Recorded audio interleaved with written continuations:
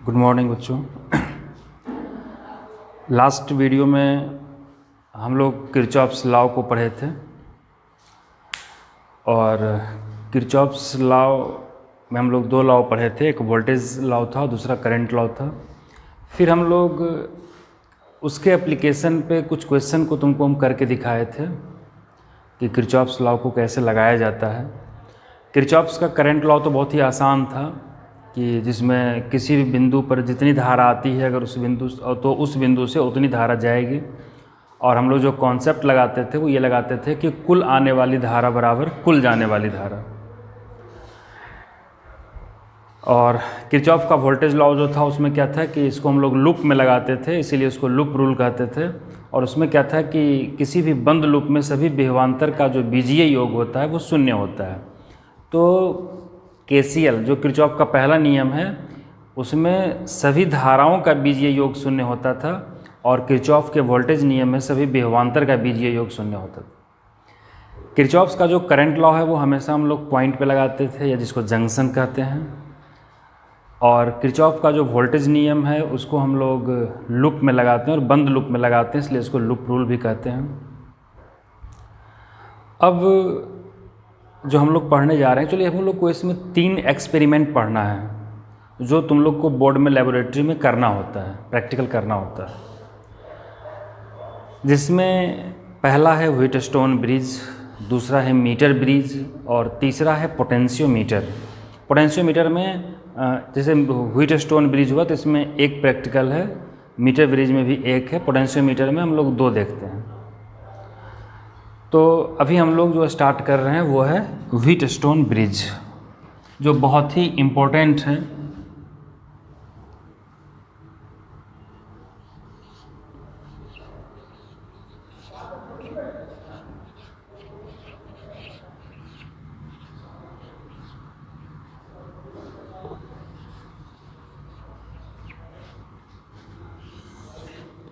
और ये VVI है, इम्पोर्टेंट है। इसको तो लोग याद भी कर लोगे क्योंकि 5 नंबर के सवाल में इसको बहुत बार पूछा गया है। तो अगर तुम इसका हिंदी खोजोगे तो इसका हिंदी नहीं होता है। क्यों नहीं होता है? क्योंकि व्हीटस्टोन जो है ये साइंटिस्ट का नाम है ना, नाम का हिंदी नहीं होता है। तो व्हीटस्टोन साइंटिस्ट का नाम हो गया। और ऐसे ब्रिज का हिंदी पुल होता है, लेकिन जब हम लोग इलेक्ट्रिक सर्किट पढ़ते हैं तो वहाँ पे व्हीटस्टोन ब्रिज ब्रिज का मतलब यहाँ पर जो होता है वो परिपथ होता है। जो हम लोग नॉर्मली ऐसे ब्रिज को पुल बोलते हैं वो पुल यहाँ पे नहीं है। ये जो है ये क्या है, ये एक सर्किट है। और व्हीटस्टोन जो है ये साइंटिस्ट का नाम है जो इस ब्रिज को इन्वेंट किए, इसका आविष्कार किए, या कह सकते हो जो इस एक्सपेरिमेंट को पहली बार किए उनका नाम व्हीटस्टोन है, इसलिए उन्हीं के नाम पे इसका नाम व्हीटस्टोन ब्रिज पड़ा। अगर हिंदी देखोगे तो व्हीट का हिंदी गेहूं होता है, स्टोन का हिंदी पत्थर होता है, मतलब गेहूं पत्थर का पुल, है ना, ऐसा नहीं है। तो ये हिंदी में भी जब लिखोगे तो हिंदी में भी इसको व्हीटस्टोन ब्रिज ही लिखा जाता है। तो इसलिए जहाँ कहीं भी व्हीटस्टोन ब्रिज लिखना रहे तो ज़्यादा अच्छा है उसको इंग्लिश में लिखो, व्हीटस्टोन ब्रिज, ठीक है। तो ये है क्या, व्हीटस्टोन ब्रिज क्या है ना? तो व्हीटस्टोन ब्रिज एक ऐसी व्यवस्था है जिसमें 3 ज्ञात प्रतिरोध की सहायता से चौथे अज्ञात प्रतिरोध के मान को ज्ञात किया जाता है। तुमको बताया कि ये एक्सपेरिमेंट है, ये लेबोरेटरी में करना होता है। तो इस प्रयोग में क्या करना होता है कि 3 प्रतिरोध जो होता है वो ज्ञात होता है, जो हमको पता होता है, और प्रयोगशाला में हमको एक चौथे प्रतिरोध के मान को निकालना होता है। और उसी एक्सपेरिमेंट को हम लोग लेबोरेटरी में परफॉर्म करते हैं, उसको करते हैं। चूँकि तुम लोग लेबोरेटरी में प्रयोग को नहीं किए हो इसलिए थोड़ा दिक्कत आ सकता है। तो अगर ऐसा होगा तो तुम लोग एक काम कर सकते हो कि कहीं पे भी यूट्यूब पे जाके व्हीटस्टोन ब्रिज एक्सपेरिमेंट लिखना और वहाँ प्रयोग कैसे होता हो सकता तुमको एक आध वीडियोस में मिल जाए लेबोरेटरी का, जहाँ पे व्हीटस्टोन ब्रिज के एक्सपेरिमेंट को किया गया हो, तो तुमको हो सकता है ज़्यादा क्लियर हो जाए। और एग्ज़ाम में ये 5 नंबर में आता है लिखने के लिए। जब तुम प्रैक्टिकल का कॉपी बनाओगे तो हो सकता है तुमको उसमें भी लिखना पड़े इसको। तो व्हीटस्टोन ब्रिज क्या है? तो सबसे पहले हम लोग व्हीटस्टोन ब्रिज का इंट्रोडक्शन लिखेंगे। तो क्या करोगे तुम लोग कि पहले इंट्रोडक्शन लिखोगे,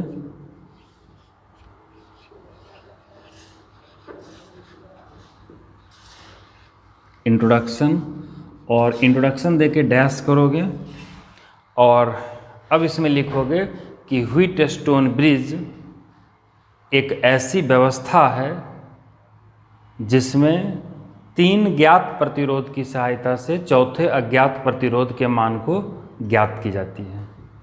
ठीक है, तो इंट्रोडक्शन में तुम लोग लिख लोगे इसको कि क्या है कि व्हीटस्टोन ब्रिज एक ऐसी व्यवस्था है जिसमें 3 ज्ञात प्रतिरोध की सहायता से चौथे अज्ञात प्रतिरोध के मान को ज्ञात किया जाता है।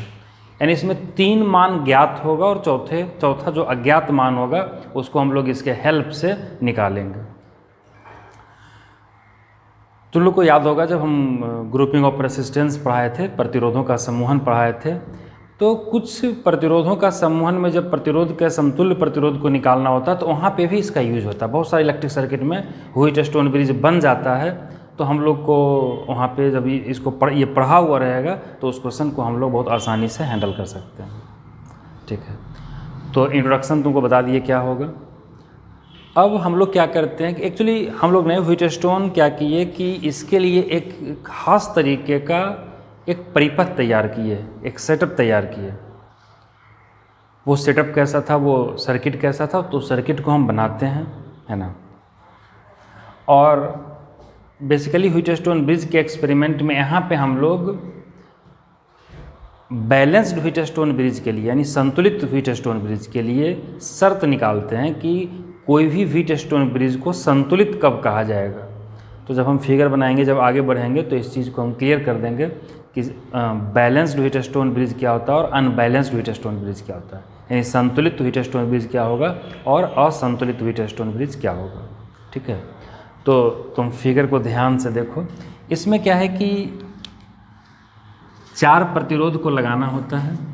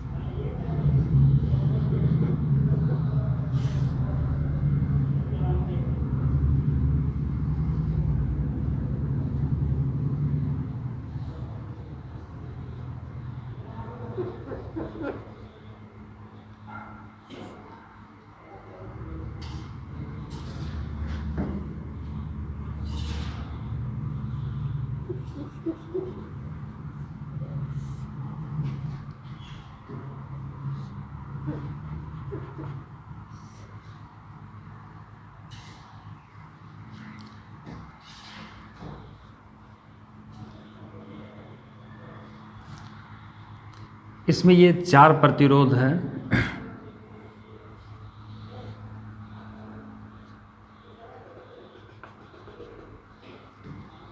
इसका नाम दे देते हैं हम लोग ए, बी, सी और डी। और इसके ए और सी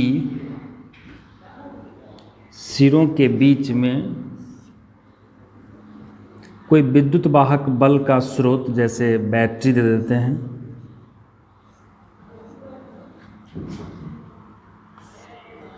और यहाँ पे एक स्विच को लगा दिया जाता है।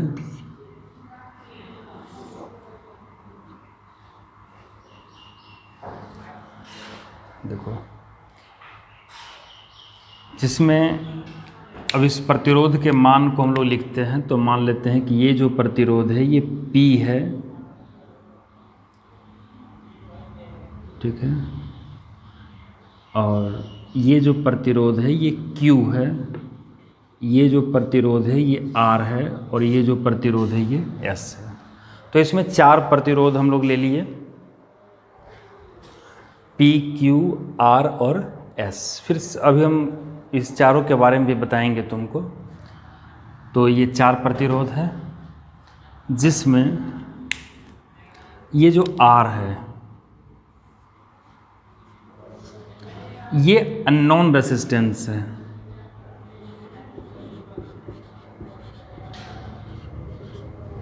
अननोन रेसिस्टेंस है। अननोन का मतलब होता है अज्ञात।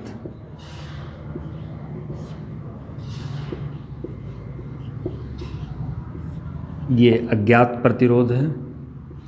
तो ये साफ हो गया कि हम लोग को इसी के मान को निकालना है, ये जो अज्ञात प्रतिरोध है। और ये जो S है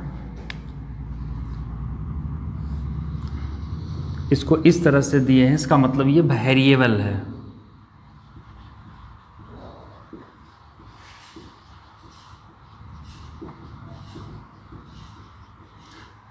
S क्या है? वेरिएबल रेसिस्टेंस है। वेरिएबल रेसिस्टेंस का मतलब होता है कि इसका मान फ्लक्चुएट करेगा, चेंज कर सकते हैं, बदल सकता है। और P और Q जो है ये फिक्स वैल्यू है। जैसे मान लो अगर इसका मान 20 ओम है, इसका 10 रख दिए तो ये फिक्स है कि ये 20 रहेगा और ये 10 रहेगा। लेकिन इसका मान हम लोग अपने हिसाब से बदल सकते हैं, बढ़ा सकते हैं, घटा सकते हैं। और ये R क्या है तो ये हम नहीं जानते हैं क्या है, ये अज्ञात प्रतिरोध है। तो A और D के बीच में अज्ञात प्रतिरोध को रखा गया। हम लोग को इस एक्सपेरिमेंट में इसी के मान को निकालना होता है। और इसमें एक चीज़ और है कि B और D के बीच में,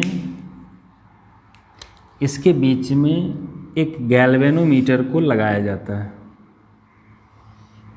तो गैल्वेनोमीटर को दिखाने के लिए हम लोग कैपिटल G लिखें, जो ये बता रहा है कि यहाँ पर गैल्वेनोमीटर है, और साथ साथ ये भी बता रहा है इसका जो गैल्वेनोमीटर का रेसिस्टेंस होगा, जो प्रतिरोध होगा, उसको हम लोग कैपिटल G से सूचित किए हैं,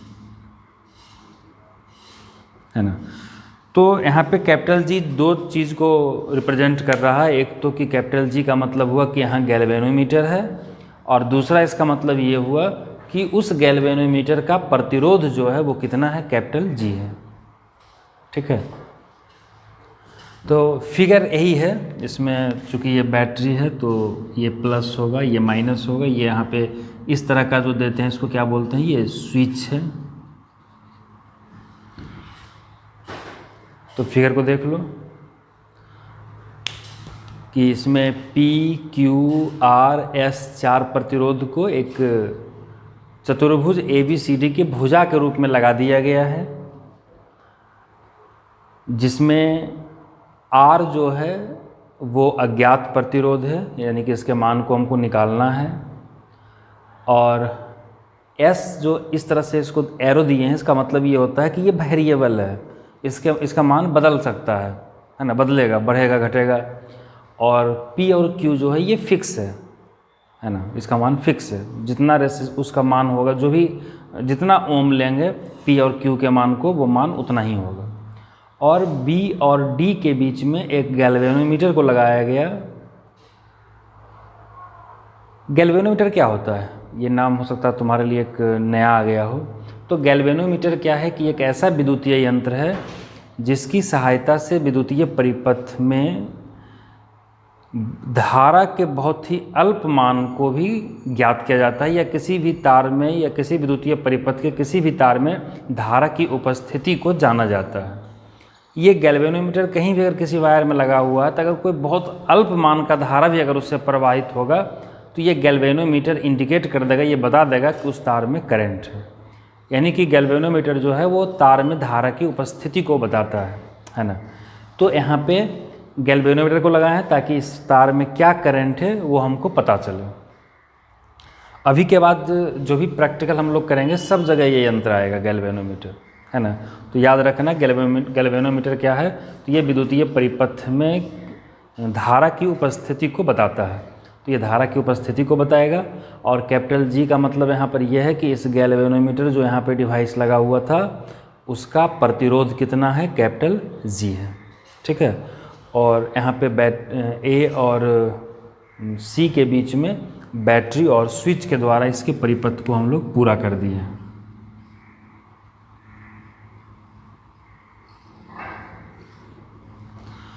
ठीक है।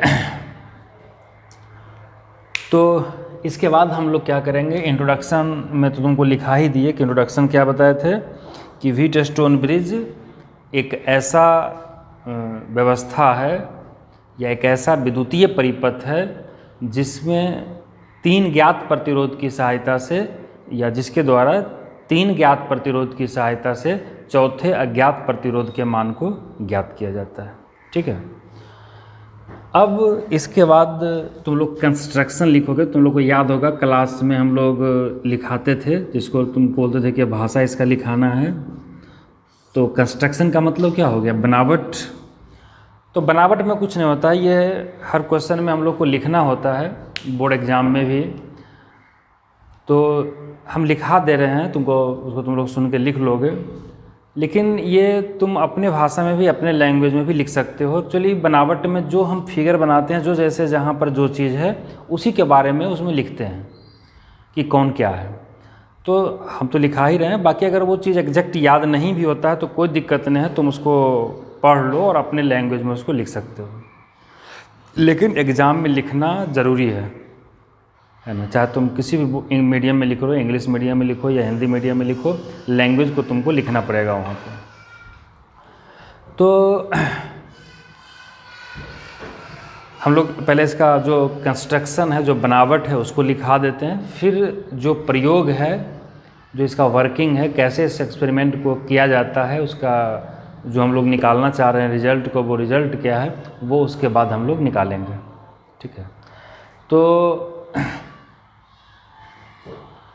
लैंग्वेज में हम लोग लिखेंगे कि माना कि PQRS, क्या कहेंगे, माना कि PQRS 4 प्रतिरोध को एक चतुर्भुज ABCD के भुजा के रूप में लगाया गया है, जिसमें PQS तीनों ज्ञात प्रतिरोध है तथा कैपिटल R अज्ञात प्रतिरोध है।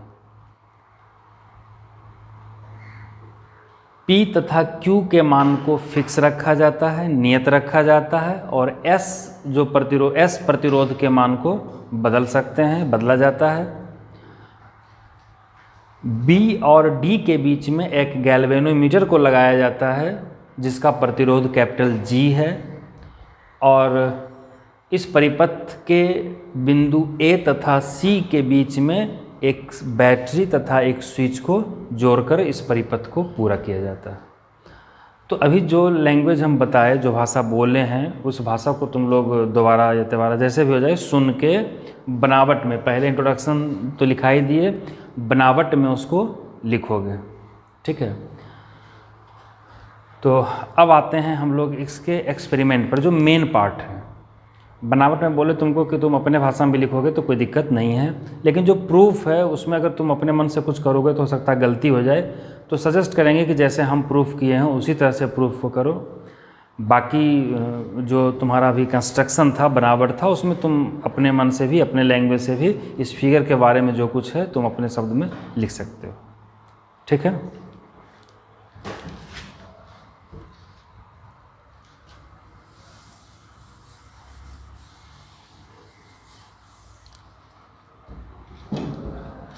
तो इसके बाद हम लोग लिखेंगे वर्किंग।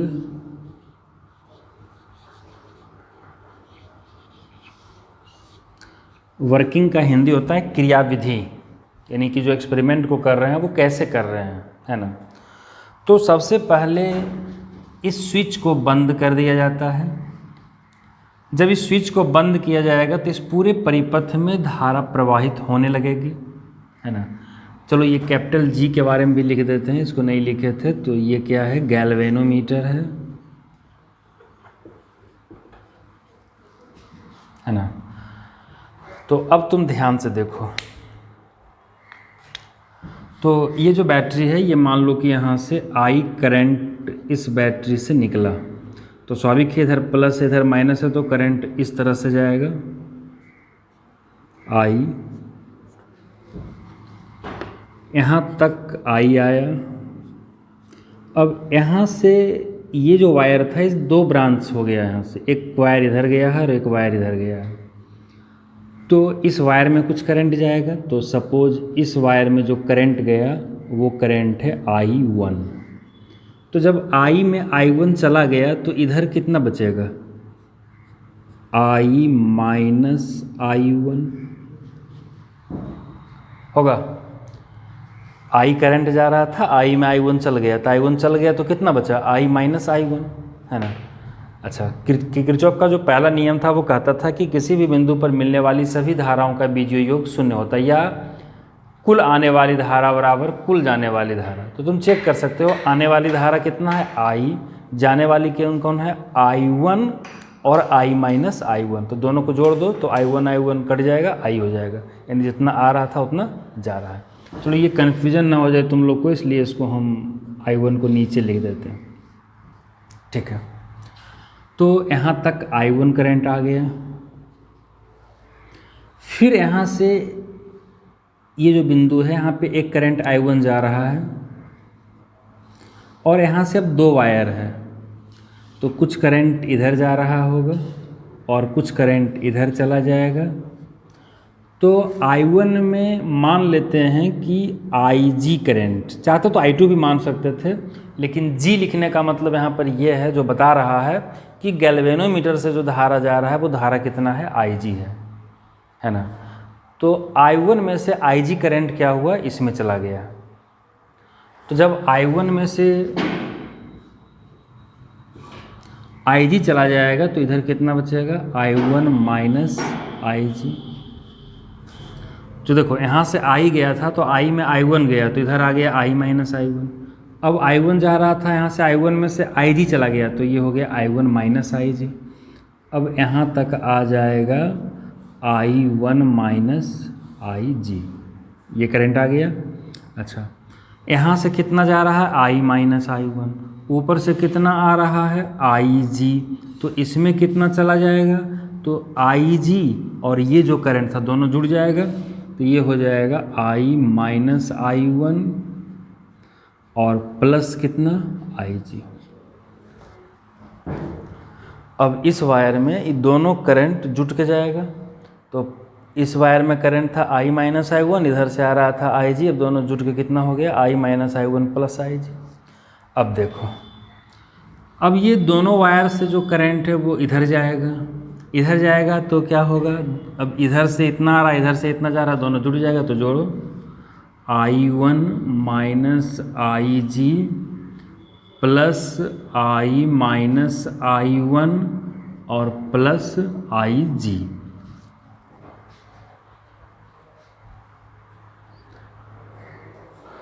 वो पार्ट शायद कुछ कट जा रहा है,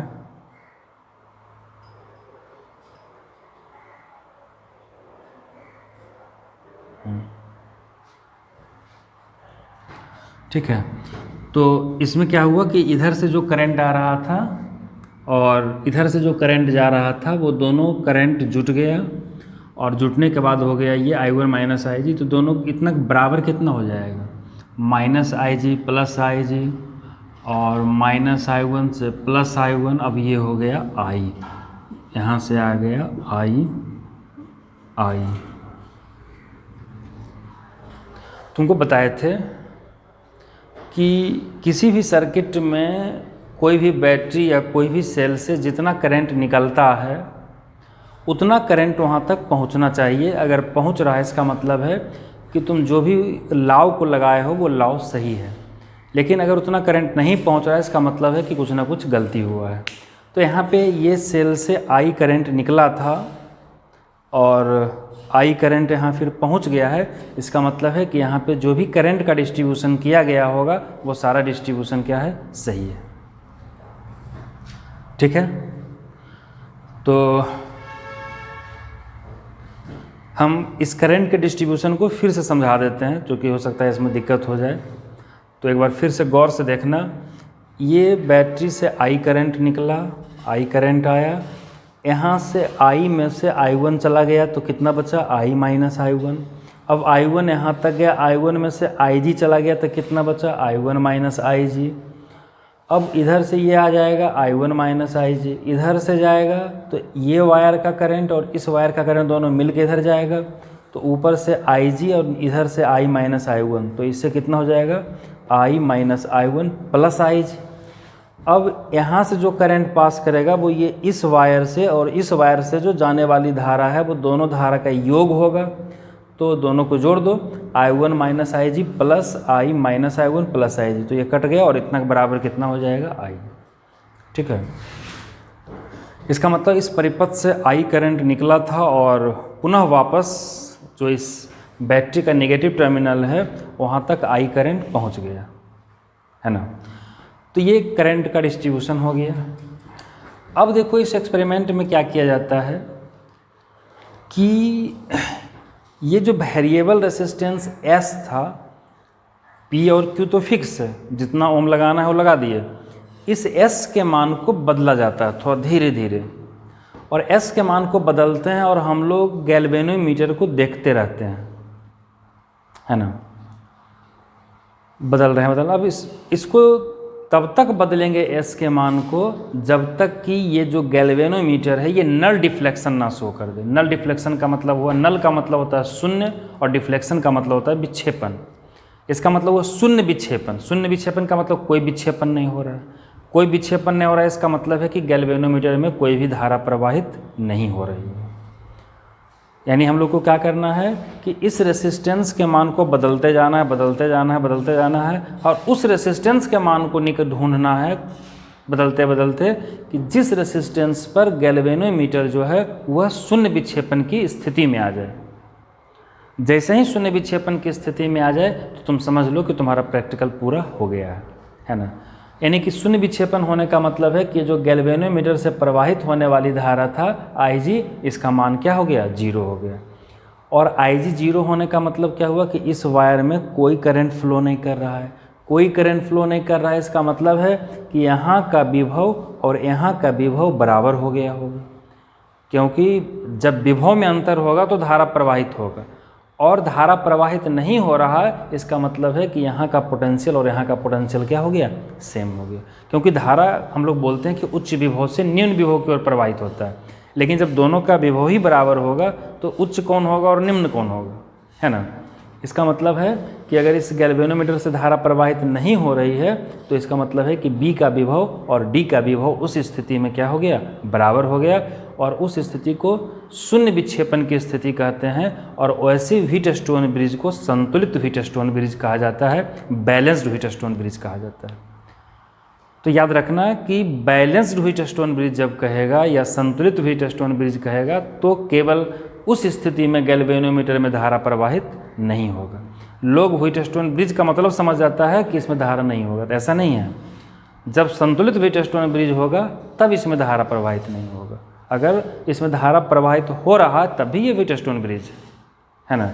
लेकिन हमारा जो प्रयोग है जिसमें हम लोग अज्ञात प्रतिरोध के मान को निकालना चाह रहे हैं, तो इस एक्सपेरिमेंट को इसी तरह से किया जाता है कि इसमें इस ब्रिज को संतुलित व्हीटस्टोन ब्रिज बनाया जाता है। और कैसे बनाते हैं, तो S के मान को बदल के, ठीक है।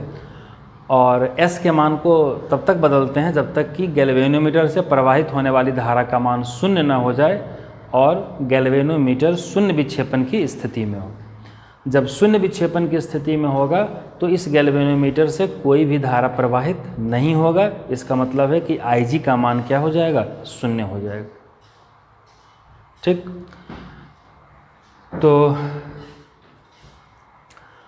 वो हुआ कब का बात, जब हम लोग इस वेरिएबल रेसिस्टेंस को बदल बदल के निकाले। लेकिन जब स्विच को बंद किए होंगे तो धारा इसी तरह से प्रवाहित हो रहा होगा जो तुमको बोर्ड पे दिख रहा है ना।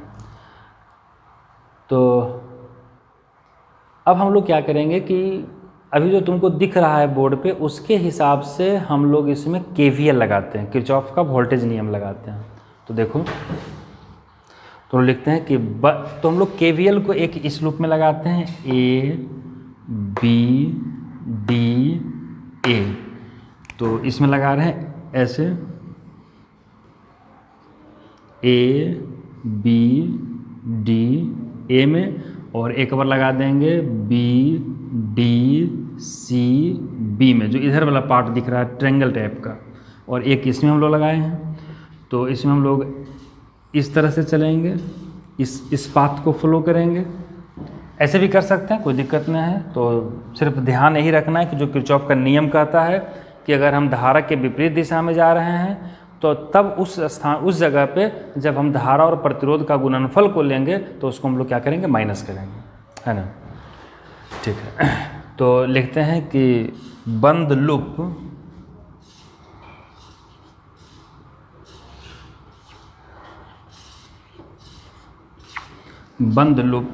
A B D A में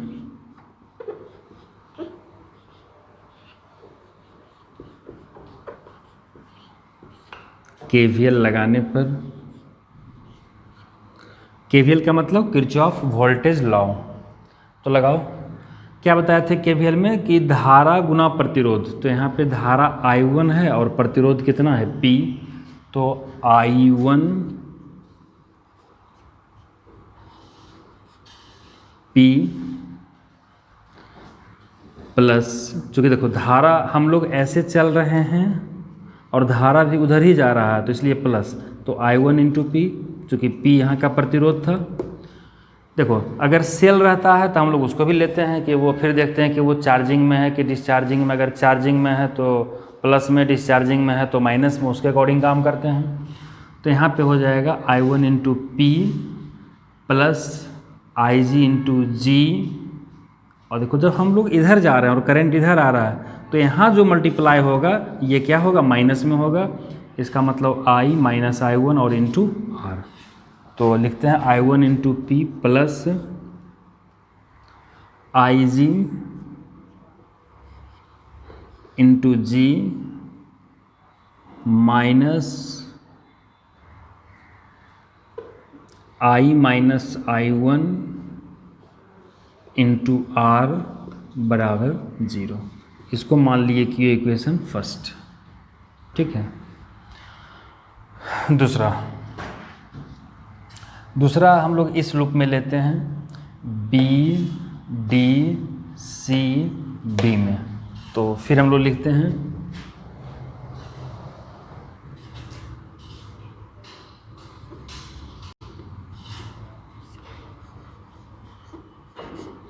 बंद loop B D C B में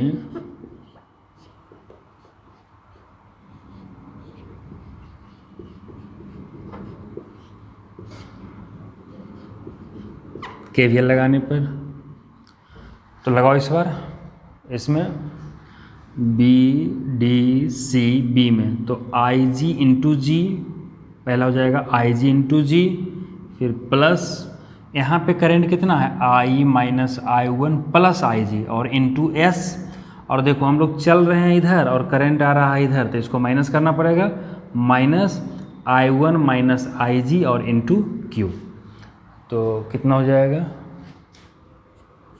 अच्छा बराबर 0, क्योंकि ये बताया था तुमको KVL लगाने में कि जब टोटल को लिख देते हैं तो सबके बराबर 0 कहते हैं, क्योंकि ये लॉ ही किरचॉफ का है कि बंद विद्युतीय परिपथ में सभी विभवांतर का जो बीजीय योग है वो क्या होता है, शून्य होता है। तो क्या हो जाएगा IG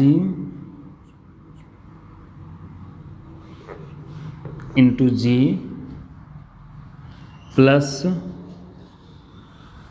I minus I1 plus IG into S और minus I1 minus IG into Q बराबर 0। ये हो गया इक्वेशन सेकेंड। देख लो यहाँ पे एक बार, आई जी इंटू जी धारा गुना प्रतिरोध, फिर ऐसे, चूँकि देखो हम पाथ भी यही लिए हैं और धारा भी इसी तरीके से है। ये जो हम लोग लेते हैं ये अपने मन से लेते हैं। तुम जैसे अगर हम इसी में ऐसे नहीं लेके ऐसे लेते तो क्या होता कि इस डायरेक्शन में जब लेते तो I1 minus I G into R plus में होता, और ये जो करते थे ये सब माइनस में होता है ना। तो बस वही करते हैं कि अगर हम पाथ धारा के विपरीत ले रहे हैं तो वहाँ पे हम लोग क्या कर देते हैं, उसको माइनस कर देते हैं। तो यहाँ पे आई जी इंटू जी प्लस आई माइनस I1 प्लस आई जी इंटू एस, और चूँकि हम लोग इधर जा रहे हैं धारा उधर से आ रहा तो minus I1 minus I G into Q बराबर 0। ठीक, ये जो सिचुएशन है अभी जो हम इक्वेशन को लिखे हैं दोनों लूप में लगा के, ये तब का है जब इस स्विच को जस्ट बंद किया गया हो, है ना। इसी तरह से धारा इसमें प्रवाहित हो रहा हो। लेकिन तुमको बताए कि इस प्रयोग में क्या होता है। इस प्रयोग में S के मान को इस प्रकार लिया जाता है कि गैल्वेनोमीटर से कोई विक्षेपण नहीं हो। तो इसको हम लोग को इस बात को लिखना पड़ेगा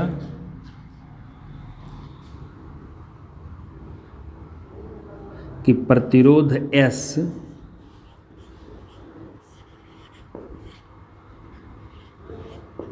के मान को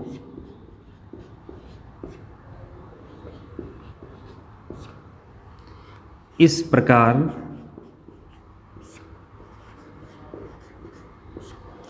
चुना जाता है कि गैल्वेनोमीटर से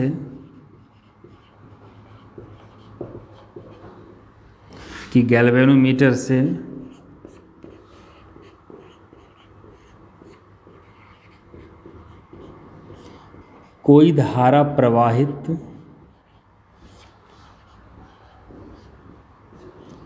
नहीं हो।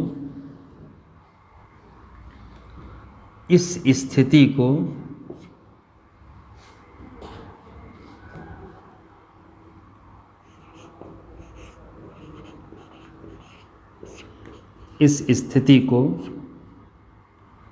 नल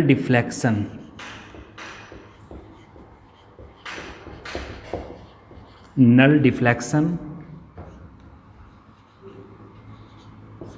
शून्य विक्षेपण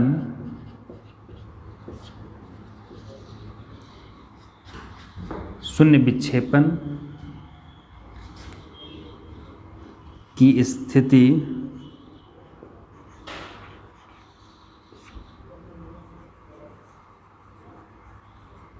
इसको ऊपर लिखते हैं।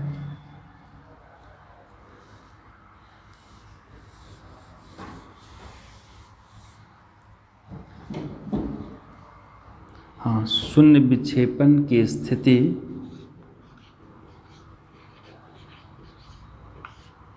कही जाती है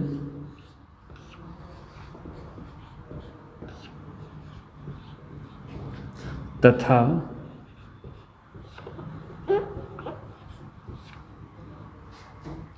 इस ब्रिज को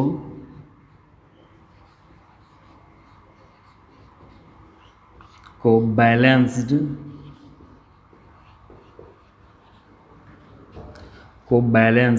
व्हीटस्टोन ब्रिज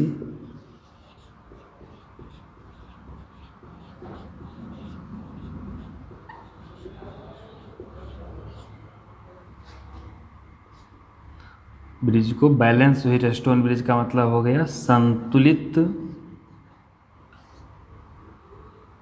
व्हीटस्टोन ब्रिज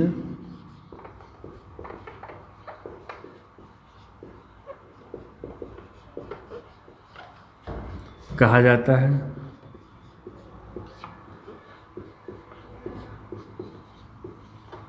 ठीक है,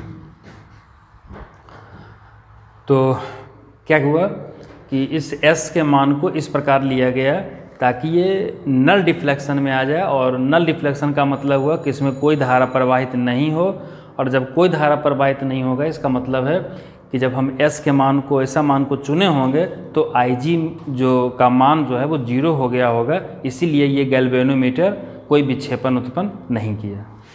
तो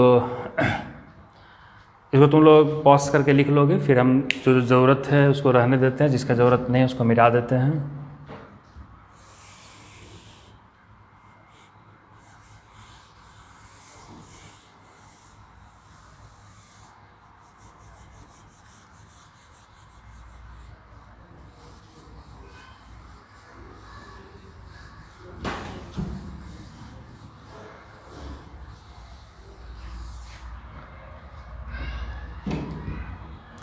तो यहाँ पे हम लोग लिखेंगे कि शून्य विक्षेपण की स्थिति में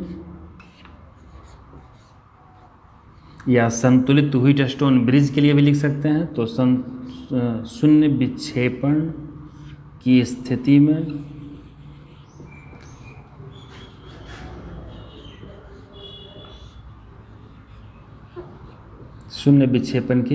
स्थिति में क्या हो जाएगा, तो IG जो था उसका मान क्या हो जाएगा, 0 हो जाएगा, है ना। क्योंकि हम लोग देखे थे कि विक्षेपण जब इसमें नहीं हो रहा है, इसका मतलब है कि इसका मान क्या हो गया, 0 हो गया। तो अब हम लोग को देखो कुछ नहीं करना है, करना क्या है कि जो समीकरण 1 है इसमें जहाँ जहाँ IG है वो मान क्या हो जाएगा, 0 हो जाएगा, 1 में भी और 2 में भी। तो लिख कहते हैं समीकरण 1 से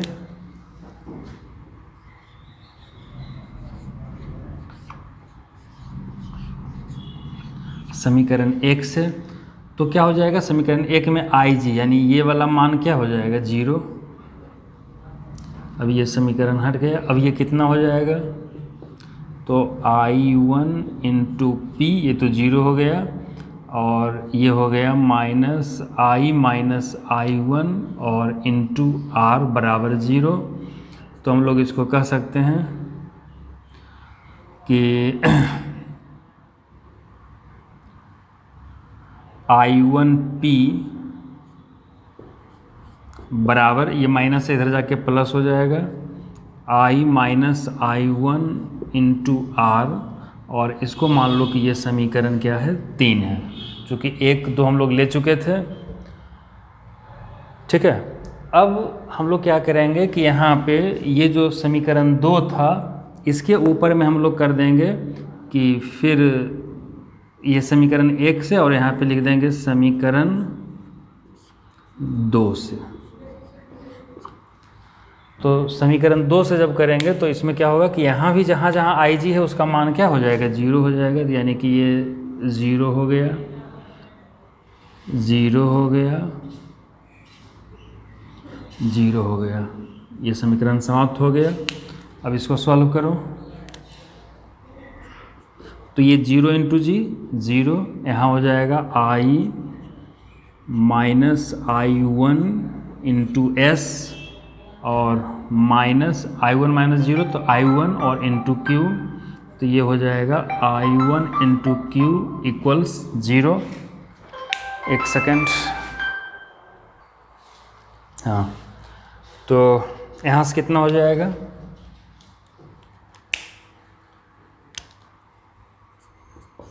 अब ये हो जाएगा I-I1 इंटू S बराबर, ये माइनस से इधर जाके प्लस हो जाएगा, और ये हो जाएगा I1 इंटू Q। तो इसको ऐसे भी लिख सकते हैं, I1 इंटू Q बराबर, इसको इधर कर दिए, इसको उधर कर देते हैं, और I-I1 और इंटू S। तो वो हो गया समीकरण 3, और ये हो जाएगा समीकरण 4। देख लो, फिर इसको तो लोग पॉज करके लिख लोगे, फिर हम मिटाते हैं जिसको हमको मिटाना है।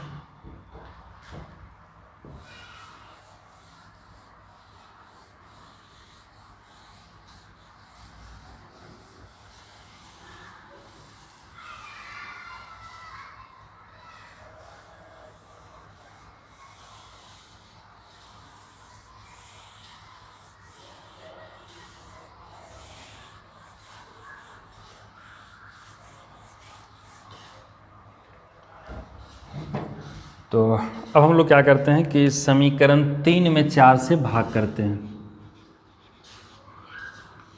समीकरण 3 में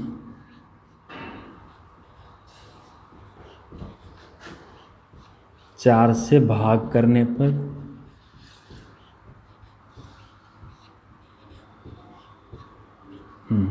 तो कितना हो जाएगा, I1 इंटू पी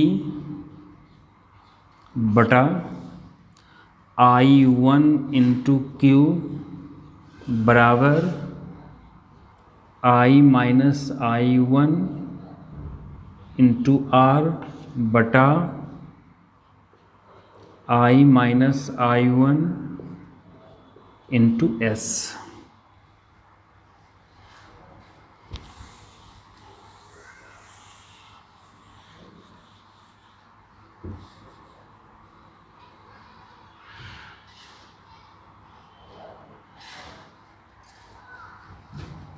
देखो तो यहाँ I1 से I1 कट जाएगा और I माइनस I1 से ये कट जाएगा और यहाँ पे ये हो जाएगा P बाई क्यू बराबर R बाई एस। तो यहाँ से R बराबर हो जाएगा P बाई क्यू और इंटू एस। जहाँ क्या है, ये R जो था यही अज्ञात प्रतिरोध था,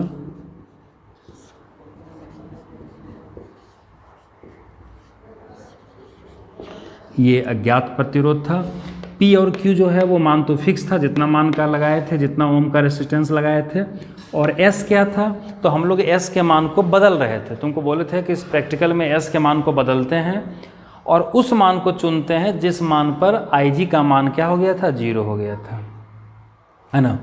तो चूंकि जब S के मान, अब S का मान भी हमको पता चल गया है, इसका मतलब P, Q और S के सहायता से हम लोग चौथा जो अज्ञात प्रतिरोध R था उसके मान को हम लोग निकाल लिए।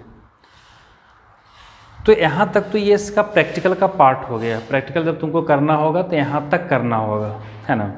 लेकिन अब अगर हम गौर करें कि इसको हम लोग क्वेश्चन में जब हम लोग अप्लाई करेंगे, क्वेश्चन जब इस पर करेंगे तो क्या क्या कॉन्सेप्ट यूज होगा, है ना। तो उसको देखो तो इसको तुम लोग लिख लोगे। यहाँ पे देखो तो ज़रा गौर करो तो रिजल्ट क्या आया है, P बटा Q बराबर R बटा S, ठीक है।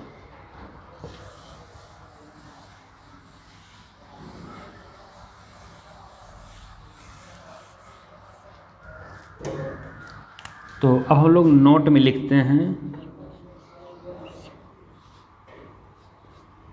कि अगर P बटा Q बराबर R बटा S, ये अभी जस्ट आया था, तो क्या ये कब आया था, जब गैल्वेनोमीटर से कोई धारा प्रवाहित नहीं हो रहा था। इसको हम लोग शून्य विक्षेपण का स्थिति कहे थे और ऐसे व्हीटस्टोन ब्रिज को संतुलित व्हीटस्टोन ब्रिज कहे थे, है ना। तो इसका मतलब जब इसमें धारा प्रवाहित नहीं होगा तब P बटा Q बराबर R बटा S होगा। तो उल्टा सोचो कि अगर P बटा Q बराबर R बटा S होगा तो इसमें धारा प्रवाहित नहीं होगा, और धारा प्रवाहित नहीं होगा तो इस ब्रिज को हम लोग संतुलित व्हीटस्टोन ब्रिज कहेंगे। तो अगर हमको कोई संतुलित व्हीटस्टोन ब्रिज के लिए कोई शर्त पूछता है तो हम लोग क्या करेंगे, P बटा Q और R बटा S। या देखो एक चीज़ और निकालते हैं इसी से,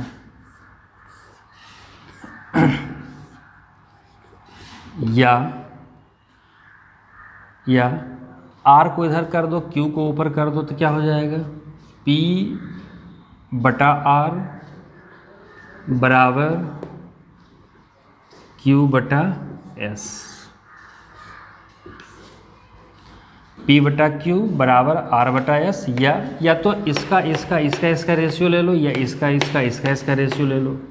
अगर बराबर है तो इसका मतलब है कि बीच में अगर कुछ भी लगा देते हैं, अगर मान लो ऐसा बल्ब लगा रहा था सब इसी तरह से, तो अगर यहाँ पे भी एक बल्ब लगा होता तो पहले तो जल रहा होता, लेकिन जब हम S के वैल्यू को चुन लेते जिसमें ये संतुलित जब हो जाता, तो अगर यहाँ बल्ब लगा हुआ भी रहेगा, ये तार भी रहेगा, तो बिना स्विच के ये बल्ब बंद हो जाएगा। स्विच अगर नहीं भी लगाएं, डायरेक्ट दिया हुआ भी है, तब भी ये बल्ब नहीं जलेगा, क्योंकि ये संतुलित व्हीटस्टोन ब्रिज होगा। और इस स्थिति में यहाँ का विभव और यहाँ का विभव क्या हो जाएगा, बराबर हो जाएगा। तो हम लोग कह सकते हैं कि अगर P बटा Q बराबर R बटा S या P बटा R बराबर Q बटा S हो तो इसे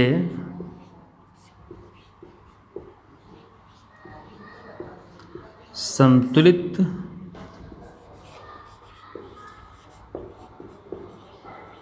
व्हीटस्टोन ब्रिज कहा जाता है। ठीक है। दूसरा, संतुलित व्हीटस्टोन ब्रिज में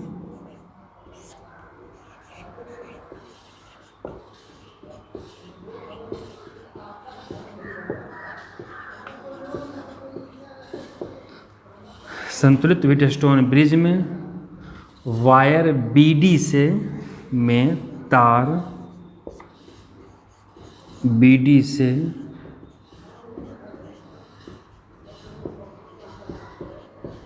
कोई धारा प्रवाहित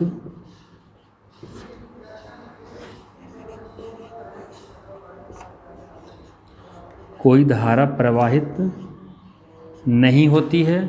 ठीक है। तो हम लोग ये भी कह सकते हैं, इसलिए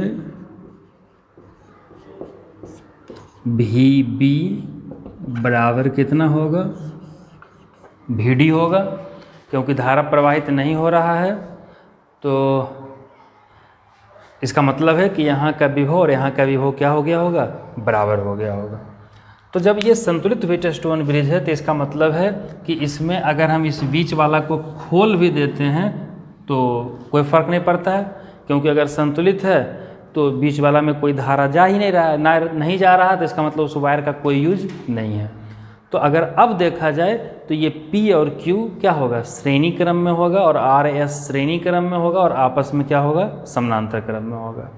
तो हम लोग इस पर भी कुछ क्वेश्चन को करेंगे, है ना, व्हीटस्टोन ब्रिज पर, कि अगर व्हीटस्टोन ब्रिज लगा हुआ है तो हम लोग क्वेश्चन को कैसे हैंडल करेंगे। तो समझ गए कि अगर इस तरह का कहीं भी सर्किट दिखे, और भी तरह का फॉर्म हो सकता है व्हीटस्टोन ब्रिज का, जो हम लोग नेक्स्ट वीडियो में देखेंगे।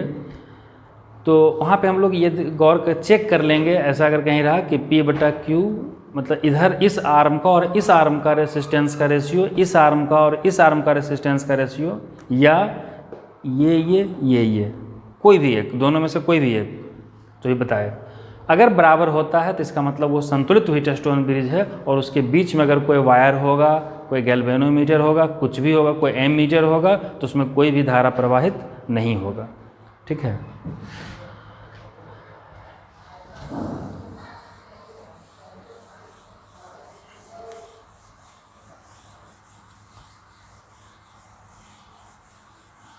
और एक चीज़ और नोट में लिखोगे, जो ऑब्जेक्टिव में पूछता है कि अगर व्हीटस्टोन ब्रिज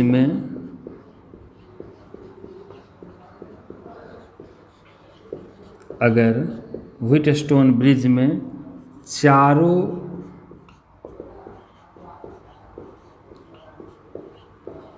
प्रतिरोधों का मान लगभग समान होता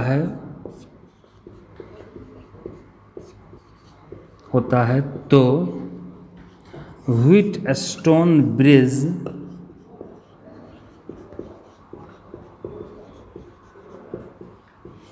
की सेंसिटिविटी,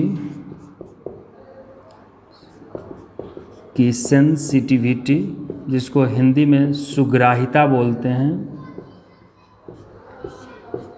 बढ़ जाती है।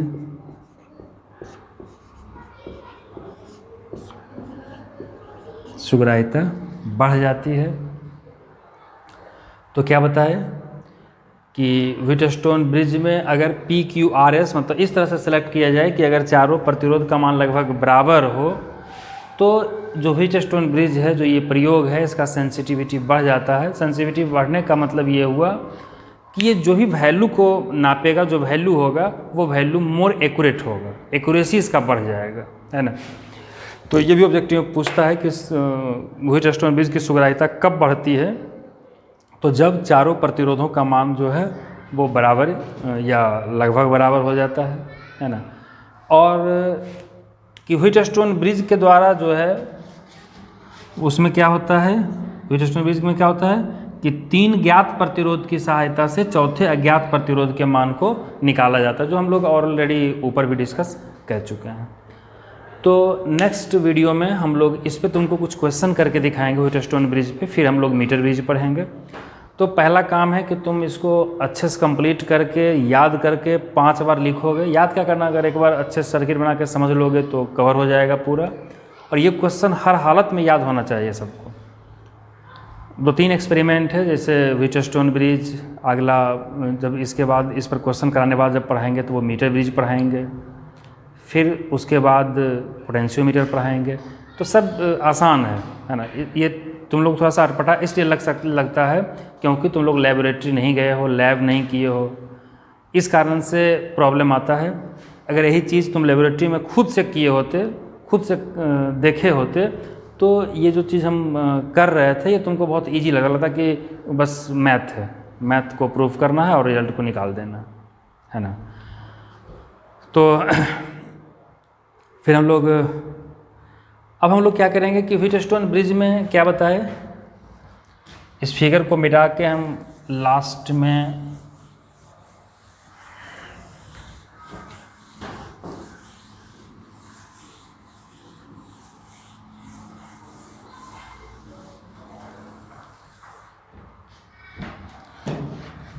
बना देते हैं कि जैसे यही फिगर था,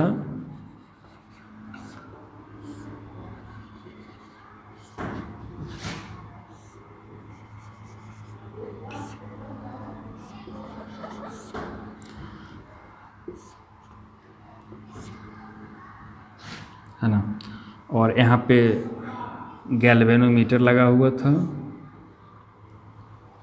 इधर दोनों के बीच में बैटरी और स्विच लगा हुआ था, ये P था, ये Q था, ये R था, ये S था, इस तरह से था। तो हम लोग क्या किए कि जब P/Q और बराबर R/S हुआ तो ये जो गैल्वेनोमीटर था इसको बीच से हम लोग हटा दिए, चूँकि इसमें कोई धारा प्रवाहित नहीं होता। तो जब क्वेश्चन हमारा आएगा तो वहाँ पे भी हम लोग इसको इस तरह से प्रोसीड करेंगे कि बीच में जो भी वायर होगा उसको हम लोग क्या करेंगे, हटा देंगे। अगर अब तुम देखो इस फिगर को, इस सर्किट को, तो अगर यहाँ से आई धारा अब अगर जाता तो एक करंट इधर जाता, दूसरा करंट इधर जाता, जो करंट इधर जाता वो वही इससे जाता, जो इससे जा रहा है वही इससे जाता। तो P और Q किस में हो जाता, सीरीज में। ये दोनों किस में होता, सीरीज में। और जब ये सीरीज में होगा तो इसका वैल्यू कितना होगा, P और Q का इक्विवेलेंट रेसिस्टेंस कितना होगा, P+Q। जब ये दोनों सीरीज में है तो इसका वैल्यू कितना होगा, R+S। और अब ये दोनों आपस में क्या हो गया, पैरेलल हो गया। पैरेलल हो गया तो इसका जब हम समतुल्य निकालेंगे तो पैरेलल में क्या होता था, 1/R बराबर 1/R1 + 1/R2। तो यहाँ पे हो जाएगा 1/R बराबर 1/R1, तो R1 की जगह पे पूरा P+Q, तो 1/P+Q प्लस 1/R+S। तो कहीं कहीं तुमको ऐसा भी होगा कि किसी सर्किट में इक्विवेलेंट रेसिस्टेंस निकालना होगा, समतुल्य प्रतिरोध निकालना होगा, तो हम चेक करेंगे रेशियो। अगर रेशियो बराबर है तो वो संतुलित होगा, जब संतुलित होगा तब बीच वाला को हटाना। अगर नहीं संतुलित है तो फिर पूरा किरचॉफ्स लॉ लगा करके हम लोग उसको सॉल्व करते हैं, है ना। तो देख लेंगे, अगर बराबर है तो बीच का हटा देंगे, कुछ सर्किट आसान हो जाएगा। अब देखो इसमें क्या हुआ था कि ये दोनों सीरीज में हो गया, तो सीरीज में क्या होता है, R बराबर R1 + R2, तो P+Q R+S। और अब ये दोनों आपस में पैरेलल है, तो पैरेलल का फॉर्मूला क्या होता था, 1/R बराबर 1/R1, तो R1 के जगह पे P+Q और R2 के जगह पे, सॉरी इसको ऐसा कर दूँ, R इक्विवेलेंट कर दो, चूँकि R हम ऑलरेडी यहाँ यूज कर चुके हैं तो कन्फ्यूजन हो जाएगा, है ना। तो यही है। नेक्स्ट वीडियो हम लोग इस पर पहले प्रॉब्लम देखेंगे, फिर आगे पार्ट को एक्सटेंड करेंगे। जो भी इसके बाद का टॉपिक है मीटर ब्रिज है वो हम लोग बाद में पढ़ेंगे।